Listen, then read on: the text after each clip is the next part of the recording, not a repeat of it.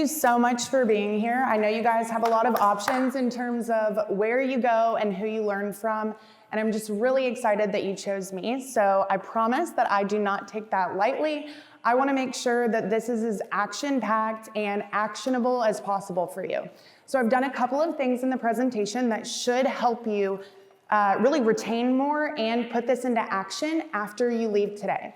So in the top left-hand corner, I've put a little camera icon on slides that you should take photos of if you are the kind of person that likes to take photos of the slides. I want to make sure that you're not worrying that you're going to miss something and that you really are listening and thinking about how this is going to apply to either your business or the businesses of your clients. So I know there's a lot of marketers in the room as well as local business owners, so I'm going to make sure you both understand how this applies to you. And anybody who stays to the end is going to see how you can get all of my notes from the presentation for free. And I'm also going to be giving you my ads planner system that will help you put into action what we're going to be talking about today. So why is it so difficult for local businesses marketing on social platforms? There's really a variety of reasons, but the biggest things that I've seen over the last 8 years in my work with local businesses is, number one, they have a more limited budget. Even the larger local companies tend to just spend a little less than a similar sized online business in terms of their Facebook and Instagram ads. You need to make sure that every single dollar being put into your marketing is producing a return on investment. That's what gives people the confidence to spend more and increase that budget. Typically, there's also a little bit less in terms of support staff. Maybe it's the owner of the business that's doing the marketing. Maybe there's one person in-house that kind of knows marketing, or maybe there's a small team. There still seems to be a lack of strategy and understanding in terms of what actually needs to happen, not just to get a lead, but to really see a financial return, which is what this is all about. The next thing is there is a lot of competition. Maybe it's local competition. Businesses are springing up every day, but a lot of local companies are competing with online brands and e-commerce companies. So you really have to work extra hard to make yourself stand out and show someone why they should come to you or buy from you when they may be able to do it a little bit easier with an online company. There's also definitely a lack of training in the online marketing space that's really, really specific to local businesses. So that's obviously what I hope to show you guys today. And then one of the biggest problems that I see is the disconnect between sales that are actually happening in the business and the online marketing statistics. So most people could not tell you, hey, let's take a look at our ads manager account. Okay, well, how did that translate into real sales? Most likely they would have no idea. So that's what we really want to overcome in this session. And hopefully all of you guys will have a much more clear understanding of how you can close the loop on your advertising. So what determines return on investment? There are really a couple of things. The first thing would be having a plan that actually maximizes your potential for profit. So having an offer that is focused on growing the revenue, not just putting something out that you think looks cool. We also want to make sure that you have a really easy way to produce content and creative. Return on investment is not just based on the dollars you're putting into your ad spend, it's based on your time or the time of those that work for you.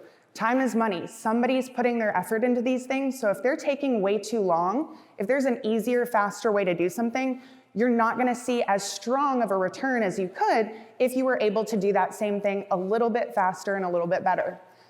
Finally, we want to get more conversions from our paid ad leads. Again, this is a really big problem. Marketers are often talking about the low cost per leads that they're getting. Business owners, maybe they're talking about that too. Sometimes they don't even know what the cost per lead would be for them. However, that is not what matters. The only thing that matters is sales, is revenue, is return on investment. So if you don't know how much money was produced from those group of low-cost leads, you're missing out on a lot of important data, and you could have invested a lot of money into something that produced no real tangible results at all. Sometimes this is going to give you the ability to say, okay, we've got a lot of leads, none of them are converting. What's going wrong here? How can I fix this? So there's a couple of different ways that you can maximize the return on investment. Number one, we need to know your numbers. This is often overlooked by really everyone that I speak to, but this is going to be the basis of your entire online marketing strategy. You do need that profit-driven offer that I mentioned. You also want to have a really effective ad strategy that works. That's why we're here to talk about Facebook and Instagram ads. We want to have really effective and easy to create content and creative and conversion and tracking methods. So, knowing your numbers.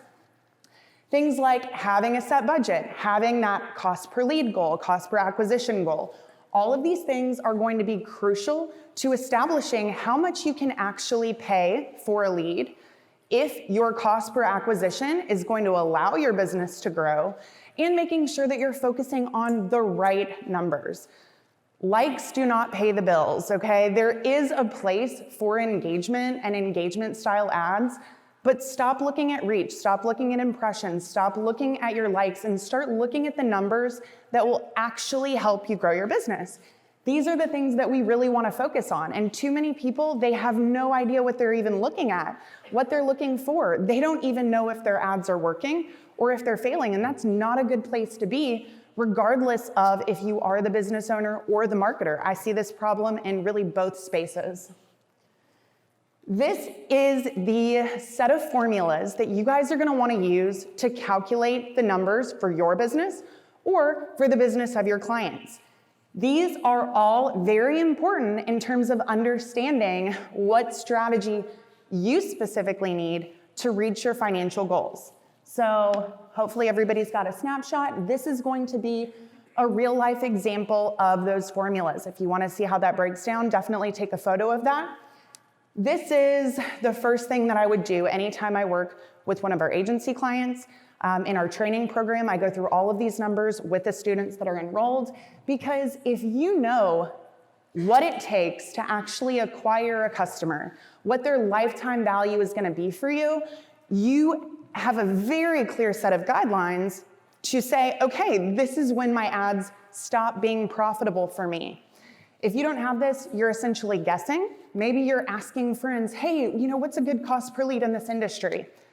Just because they think it's good doesn't actually mean it's good. And again, doesn't actually mean that any of their ads are converting. So stop pulling numbers out of thin air and really get specific in terms of what a business can afford to pay, what they should be paying, and if you get X amount of leads for X amount of dollars, this is the revenue that should produce based on the lifetime value and the conversion rates. So spending very smartly, or spending in an educated fashion, is really important to achieving that maximum ROI. One of those would be having a dedicated marketing budget. That can be anywhere between 5 and 12% of your overall revenue. Just depends on how aggressive you want to be. You also want to make sure that you're dividing your budget between the 3 different traffic temperatures and the different types of ads. You also want to make sure you actually put enough money towards your advertising to see real results. Too many people want to get into this space. They're just underspending. And when you do that, you prevent real testing from being done, which is what's really going to allow you to find those winners much sooner. And they're also shutting things off way too quickly because, again, they don't understand the numbers. So give things enough money, give things enough time. And when you have this foundation of your financial numbers behind you, you're going to know a lot more of what you should be doing, and you will know with 100% certainty when it's time to throw in the towel on a certain campaign.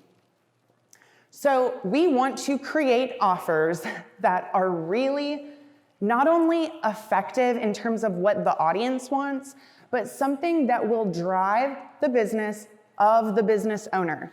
I can't tell you how many business owners have no idea what an offer is. Even worse, there's a lot of marketers who don't clearly know what an offer is. This is not the services or the products that you provide. This is the way that you package those. This is something that's going to get someone excited and really get them into your ecosystem. So there are 3 different types of offers, and I encourage people to use all 3. The one that is going to be the best fit for you or your business really depends on what it is you sell. We'll talk about that in a little bit. Most people in this room are going to know what a lead magnet is. That is an offer. It's a gated content offer. You are providing something in exchange for information. When done the right way, this can lead to a lot of sales of your core offer. Most people are still kind of disconnected there, but this is a great offer type really for any business. Loss leaders are one of my personal favorites. I very rarely see people use these effectively. This is something that is really useful, but it's also incomplete. It should be something that is either free or a low cost that leads very seamlessly into that core offer. This is a great way to get a higher number of leads, typically at a lower cost.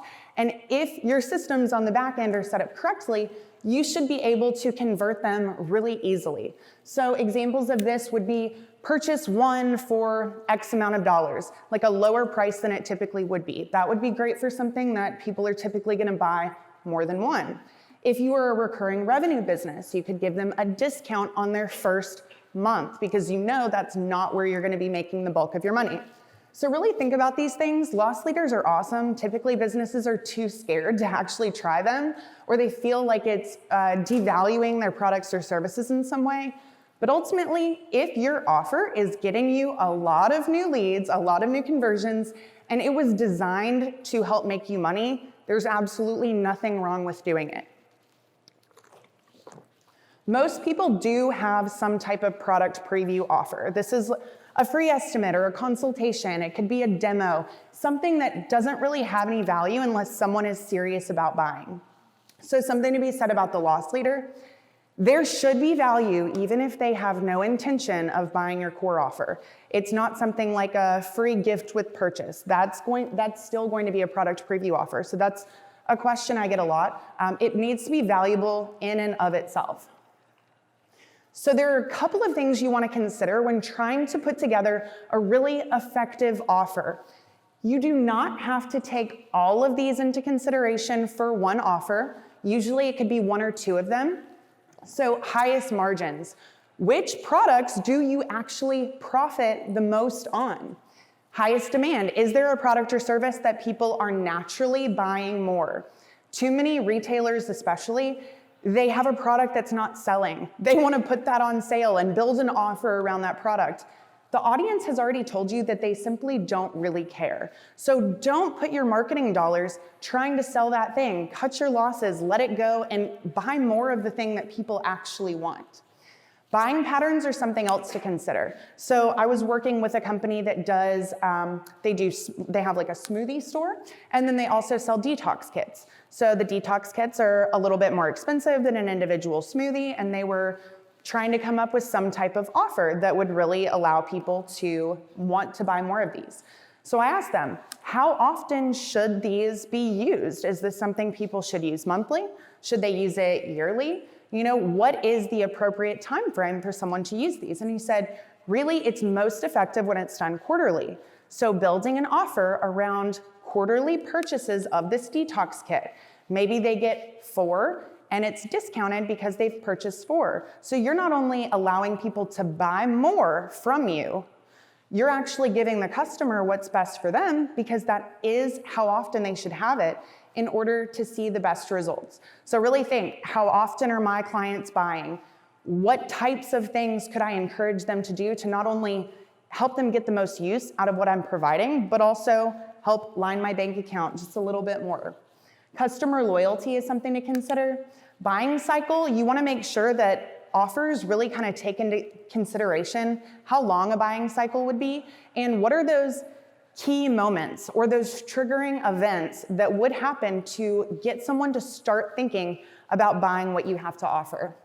The strengths of your business is also something to really focus on, just like with a loss leader. You need to have a strong sales team or some type of process to offer that core product or service after they've made that initial purchase. If you don't have that, you're not gonna make very much money. So if you don't feel like you have those things in place, that may not be the best offer for you. So play to your strengths. Don't do things just because you think you'll make a lot of money. You really wanna make sure it's something you can deliver on and deliver on really well. And then finally, long-term goals. Just like the smoothie company, he wanted to sell more detox kits. Obviously, I'm sure he wants to continue to build his business in terms of the smoothie store, but his business goals revolve a little bit more in that direction. So that's the offer he should really be focusing on. There are also 3 different types of businesses, and that's really gonna kind of affect the direction you should go in terms of your offer. So recurring revenue businesses, I have a laundry company that I work with. So basically they'll pick up your laundry, they'll wash it, dry it, deliver it back to your house in 24 hours. Laundry is something that everybody needs. It's something everybody needs a lot of. However, they had no offer really, but they were letting people decide when they wanted to schedule a load to be picked up. Because of that, people were not using the service as frequently as they should be. If somebody is a loyal customer, they should be using this business every single week without exception because people need laundry every single week. So for a business like theirs, we wanted to do a loss leader introductory offer. So it's 50% off of your first month of laundry. So that's 4 loads. We didn't want to do it based on 1 load because you need to think about how long it's gonna take someone to really see the positive benefits of what you do. So somebody who gets 1 load of laundry taken off their hands, maybe they save a few hours of their day.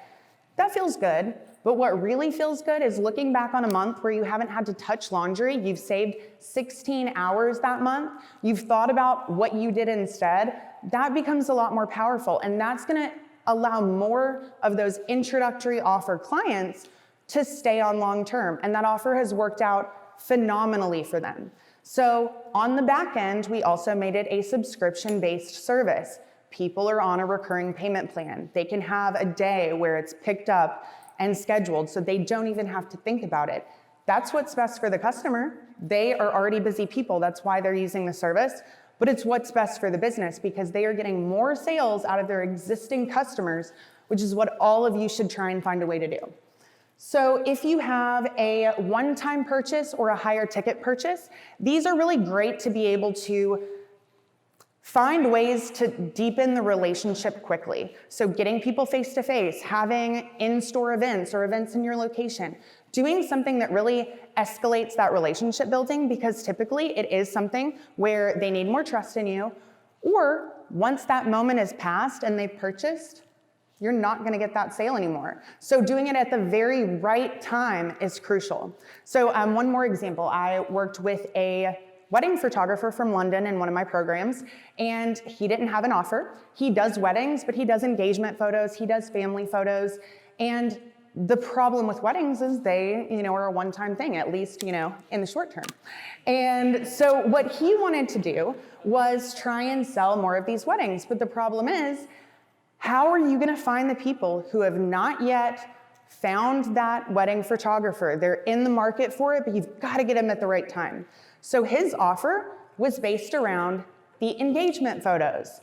Once you have the engagement photos, you could do it for a very aggressive price, but you're building the relationship with the client who needs what you do at the right time. So triggering events, engagement photos are triggering events. Usually people, that's their first experience with a real photographer. Then they get their wedding photos done, then they get their maternity photos done, and their newborn photos, and their family photos. So getting in at the engagement photo level is the best way for him to build clients for life. So return depends on the right ads. This is the strategy that we use within our agency, with all of our clients, and for all of the students in our programs.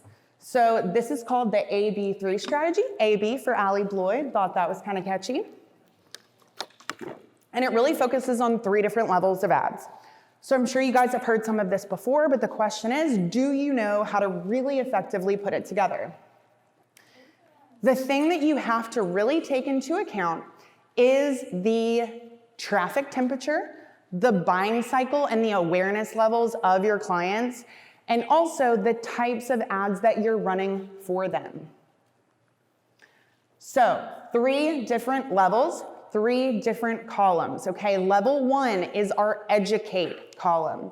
This is typically going to cold traffic. If you were in Dennis Yu's session last night, he definitely mentioned this. Facebook themselves has said, the biggest problem people are making is spending all their money trying to get a sale from cold traffic. Please stop doing that. It's not that it will never work, but your leads and your acquisition is going to be much more expensive and a lot more inconsistent. So the purpose is to segment the audience and to engage with them.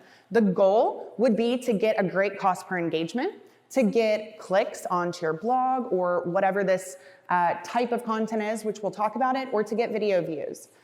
Level 2, this is the offer. So again, gated content, lead magnet, that actually is an offer. You can have that in this level, but also it could be your core offer as well. We really want to send this mainly to warm traffic. Some of it will go to cold, but the purpose is to convert them in some way. We want to either get their contact information or get that lead or hopefully that sale. The goal is subscribers, conversions, and visits. Level 3 is retargeting. This level is going to go to hot traffic, so people who have signed up as a lead, people who have bought from you before, or people that have taken very serious actions showing you that they're really interested.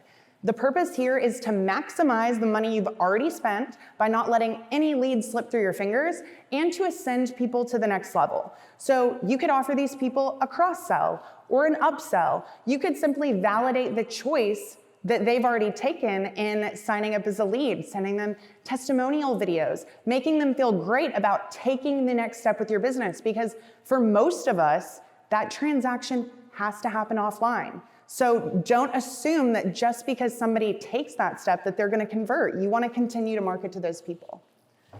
So there are different audiences, different types of content, different budgets that you're going to spending on these different levels.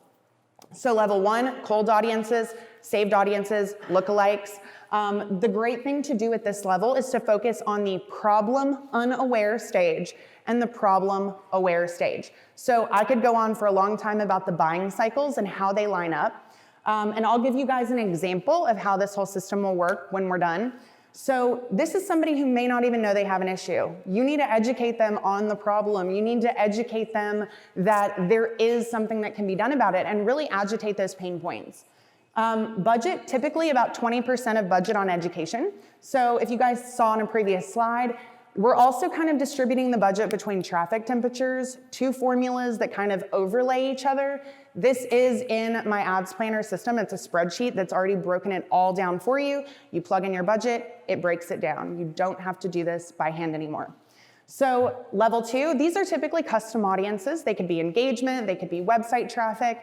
If you're really utilizing education, which I encourage every single one of you to do, you're going to have a great engagement audience of video views, of clicks to your blog, of people who are simply liking and commenting on your post. Does it mean that that like or comment is going to get someone to buy? No. That's why we're going to follow it up with the ad for our core offer. You can't assume that someone's buying on the first touch point. It just doesn't happen very often anymore. Typically, I mean, you could see between 8 and 30 touch points before someone actually converts with the business. So stop thinking short-sightedly and really think long-term. And when you do that, you're going to lower your costs, you're going to increase your conversions, and you're going to see a much higher return. Then level 3, this is also custom audiences. We want them to really focus on making that decision. Why did they not make a decision earlier? Or what can they still do? Maybe it's the wrong offer for them. Maybe you need to send them a different offer that is more in line with what they're looking for. If you do the content and education piece the right way, you're already going to have a great idea of that, but it's something that you can consistently be testing. And then finally, we've got different places that we're going to be sending these people, either on the platform or off the platform. We're going to be sending them to different types of destinations, such as a landing page, a blog, keeping them on platform with a video, sending them to a booking page. There are different places that are appropriate at each of these stages. And then finally, the actual ad objectives in Ads Manager. What are you going to be looking for? Things like engagement, traffic, and video views at level 1. You're going to be doing things like conversions, messages, lead forms, and you can use traffic as well, just something to test. And then leads, messages, conversions typically work better at level 3. So they all have their own set of details and objectives. I see people typically running one type of ad. Maybe they're only running retargeting, or they're only running education and content, and they're like, my content's really good, why is nobody buying? And it's because you never really ask anyone to buy. You've only scratched the surface of the system. You have to take it through to all 3 levels to really see the benefits. So the anatomy of a successful ad, really what makes an ad successful? Because even though you have the system, you've still got to get people to engage and convert with your advertising. Number 1, you want to have creative that stops the scroll. It could be something bold and fun like this. It could be just an organic feeling photo. Those work really, really well, but it has to get someone to stop. If they never stop, they can never read your ad. If they never read your ad, they can never get to your landing page. If they never get to your landing page, they will never be a lead. So you have to start thinking from the top all the way down. You also want to speak to your audience directly, and a lot of people have kind of a misconception on this. They think that you have to say, hey, homeowners, or hey, people who like dance. That's not exactly what it means. You just need to be speaking in a way that makes them know that your ad is for them. So this ad right here is for an IT company, and their audience is business owners. So the first 3 lines, or 2.5 that you can see on mobile, it's talking about cold calling over slow computers, client complaints over slow computers, managing employees over slow computers. Those are things that only business owners deal with, so they know that it's for them. You want to make sure that mobile first is optimized. We have less lines that are available to be seen on mobile before that read more button or see more. So you need to hit them hard in those 2.5 lines on mobile to ensure that they know what this is about and to get them to read on. Also having synergy between the copy, the creative, and the headline. They don't have to be identical. You don't have to have an image that is described by the headline, but they all need to flow together effectively. You also want to make sure you have a really clear call to action. A lot of times we'll do it in the link description, which sometimes you can see on mobile, sometimes you can't. Making sure that they know what you want them to do, and then sending them to a place that is actually what you just told them you wanted them to do. If you're sending them to a landing page or a messenger bot or anything that doesn't feel like what you just talked about in that ad, there's a disconnect. You might be getting a lot of clicks, but you're not going to be getting a lot of conversions because they're confused. So make sure that everything flows together really effectively. And then finally, you want to make sure before you ever create an ad, where does this fit in the framework? What is my goal for this specific ad, for this specific campaign? Content is a big part of level 1. So we are not going to have the opportunity to go into everything content related that I would love to talk about. Educational videos, educational blogs, and educational posts are hugely important to really building that audience, but most importantly, segmenting them based on what you know they are interested in. But the problem most people face is that it takes them way too long to create content. If you really want to do this well, you've got to have good content on the front end. You don't need a million pieces. You really need the right pieces with the right topics that engage people at the right time. So here are just a few steps that you can take to maximize that content and really get it done a lot faster. Having a plan is the most important thing. Knowing what the topics are going to be before you ever sit down in front of a camera or sit at the computer to write a blog. Then, obviously, you want to take your longer form content and just break it down into the smallest pieces so that you can use it in more places. That's why video is one of the best pieces to start with, among many, many other reasons, but it does break down into every other platform very easily. So I would encourage you guys to really try video if you haven't. I know a lot of people get really anxious about it. All of my clients, most of my students, they're like, I hate video, or I don't know what to do, or I don't know what to say. But again, having a plan, having a topic, knowing what the framework of the video should look like gives you confidence, and nobody is critiquing you as hard as you are critiquing yourself. So these are a few things that I like to have when I'm recording videos.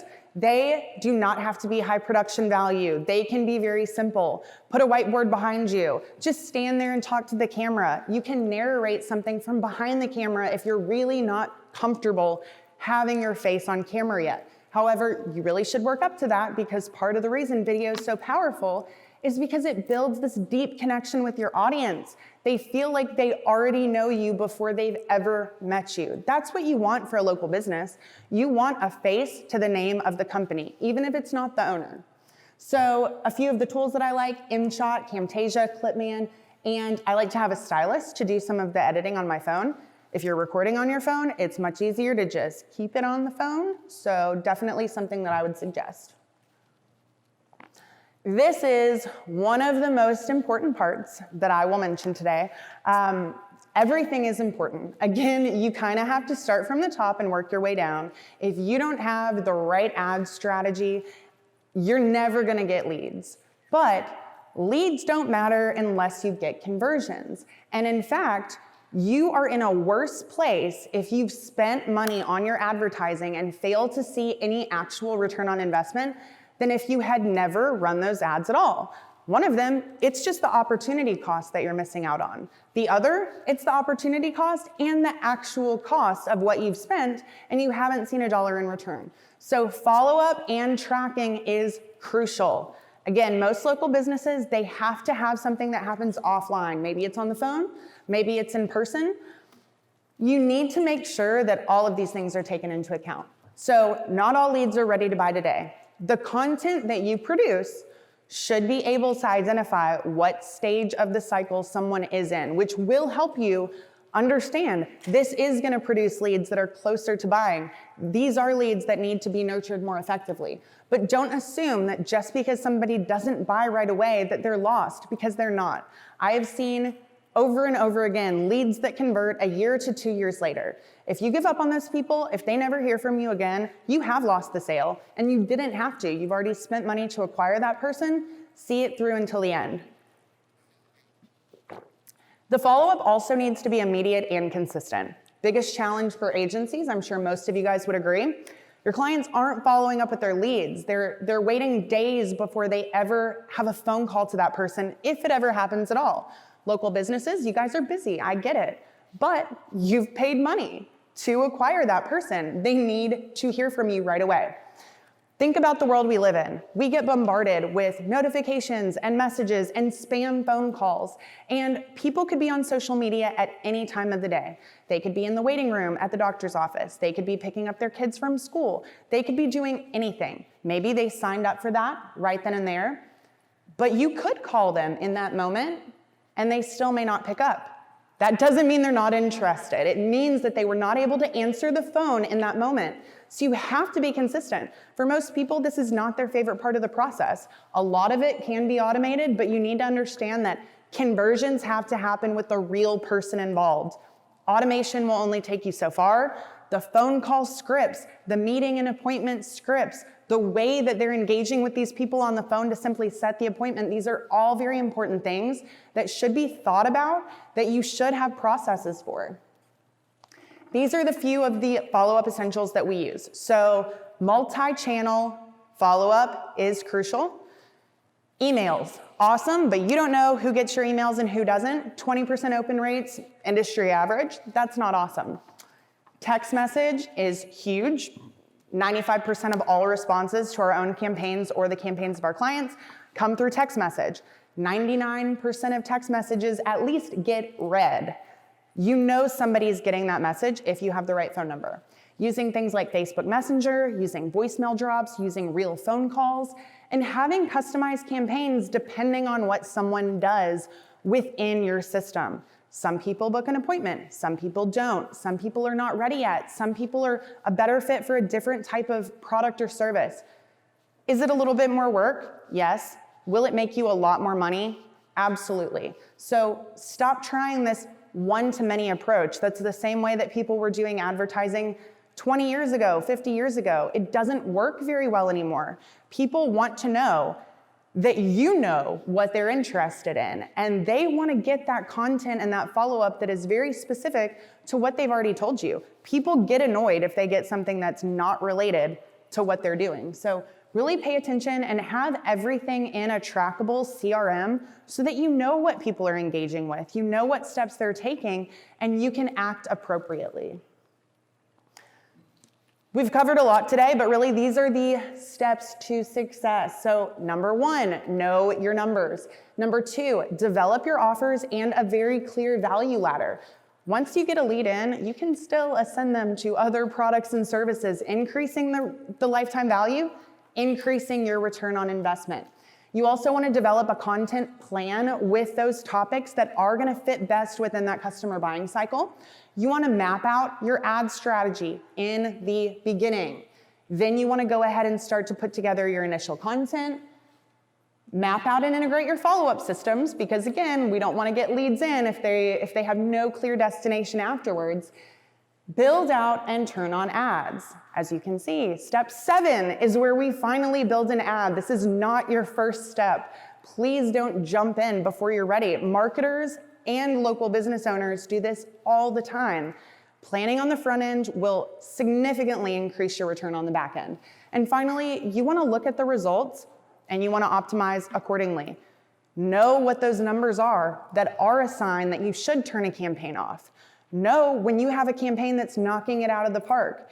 If you have a video that's getting a 2-cent through play, but it's not producing any leads, you don't want to turn that off. That's a great level 1 ad, but knowing the purpose allows you to act with educated beliefs instead of just being emotional and kind of winging it through this process. So that's really everything I have for you today. This is where you guys can find my session notes. You're also going to be able to get the ads planner. And I really hope you enjoyed it today. I hope you got a lot of value from it. This is what you're going to want to start to implement the process. I'm a firm believer that education without implementation is essentially useless. So don't be like that. Take what you've learned, take what is a good fit for where you are and what your business does, and just put it into action, little by little, day after day. That's when you're truthfully going to see that return on investment that we're talking about. And then finally, don't forget to rate this session. It would mean the world to me. If you enjoyed it, let them know. You're also entered into a raffle to get a free ticket for next year. So that's all I've got for you. We're gonna do a quick Q&A. If anybody has any questions, you're welcome to come up to the mics. Give it your best shot. And I know we won't have a ton of time, but I'll be in the hall afterwards if anybody has any additional questions. So yeah.